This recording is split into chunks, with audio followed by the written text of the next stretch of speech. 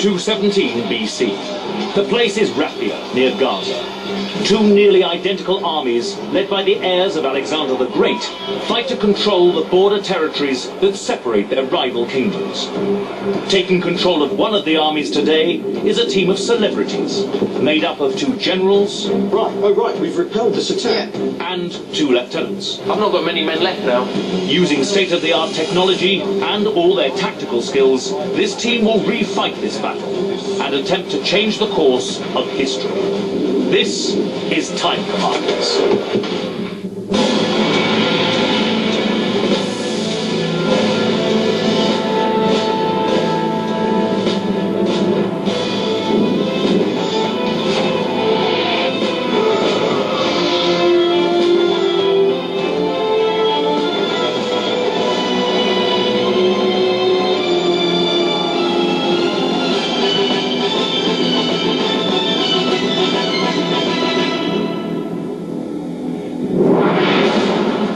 With Eddie Mayer inside a 21st century military command centre and taking control of the battlefield are a group of celebrities. Al Murray, comedian, otherwise known as the pub landlord. Kate Silverton, presenter and journalist. Ricky Groves, Gary in EastEnders.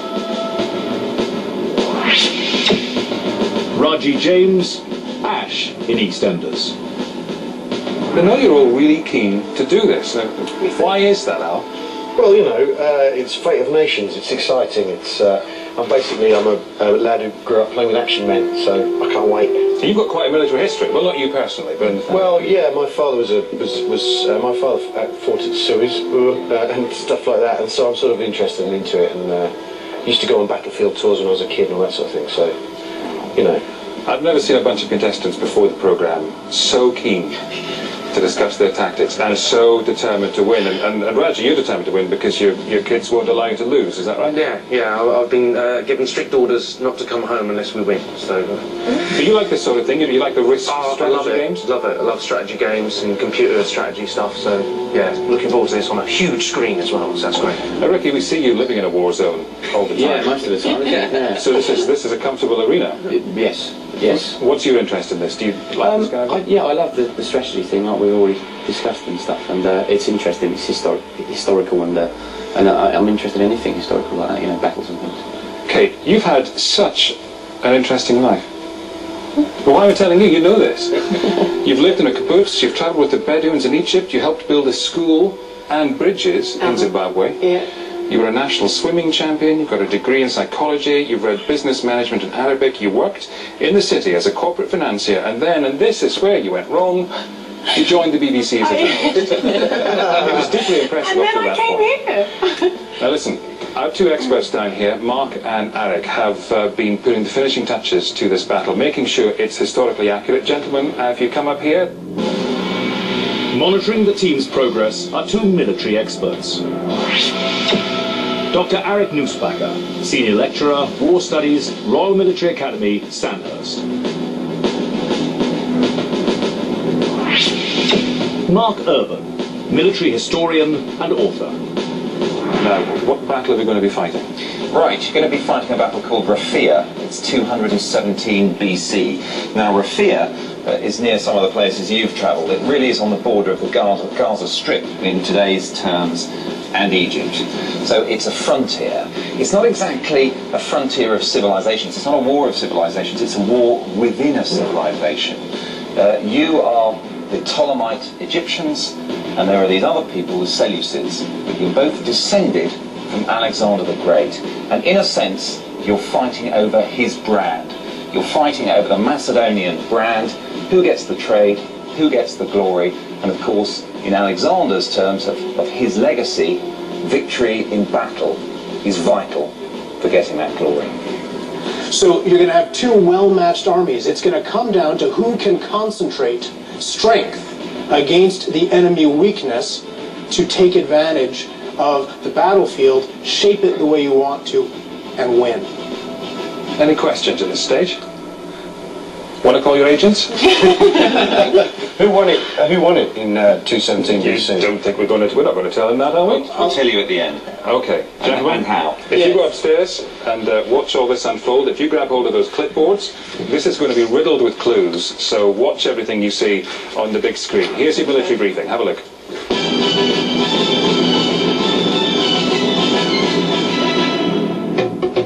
The year is 217 BC. The place is Raphia, south of Gaza. On one side are the forces of the Ptolemies of Egypt. On the other, an army of the Seleucid Empire. When Alexander the Great died 100 years earlier, his empire was torn apart as his generals fought to divide his land amongst themselves. The two largest of the new kingdoms, the Seleucids in the east and the Ptolemies in Egypt, disputed the border territories where the two kingdoms met, on the Mediterranean coast of the Middle East. At the core of both armies was the phalanx, heavily armoured infantry with long pikes massed in close formation. The phalanx was used to grind down the enemy, allowing the cavalry to deliver the decisive blow. Although impenetrable from the front, the phalanx was vulnerable on its flanks, or if it lost formation. Both armies also had war elephants, used to assault and disrupt enemy lines. In previous battles, the bigger and stronger Seleucid elephants triumphed over the smaller Egyptian ones. But all elephants have one weakness. They tend to panic in the heat of battle. If they're startled by light troops, it may be possible to drive them back and cause destruction to their own lines.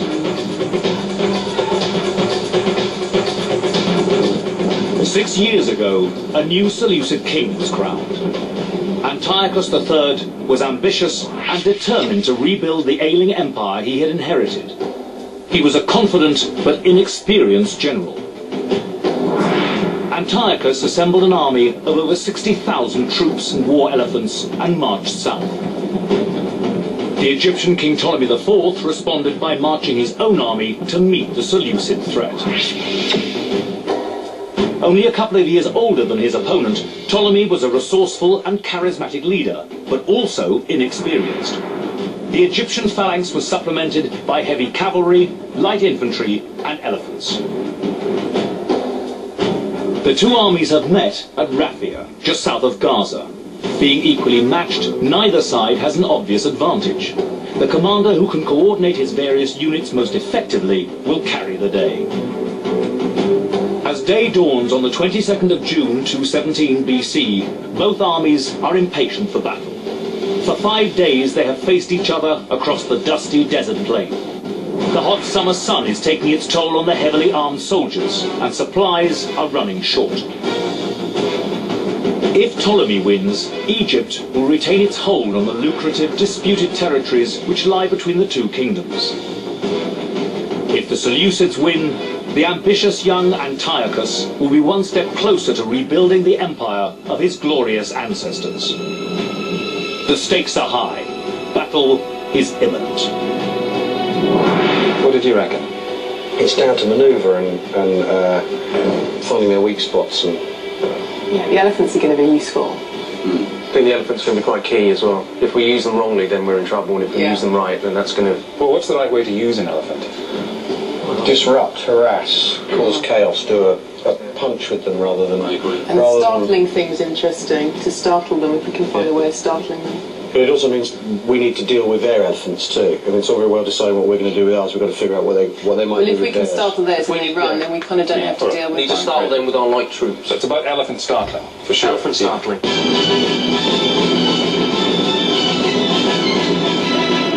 Part 2 of your briefing is to have a close look at the battleground. Here you go.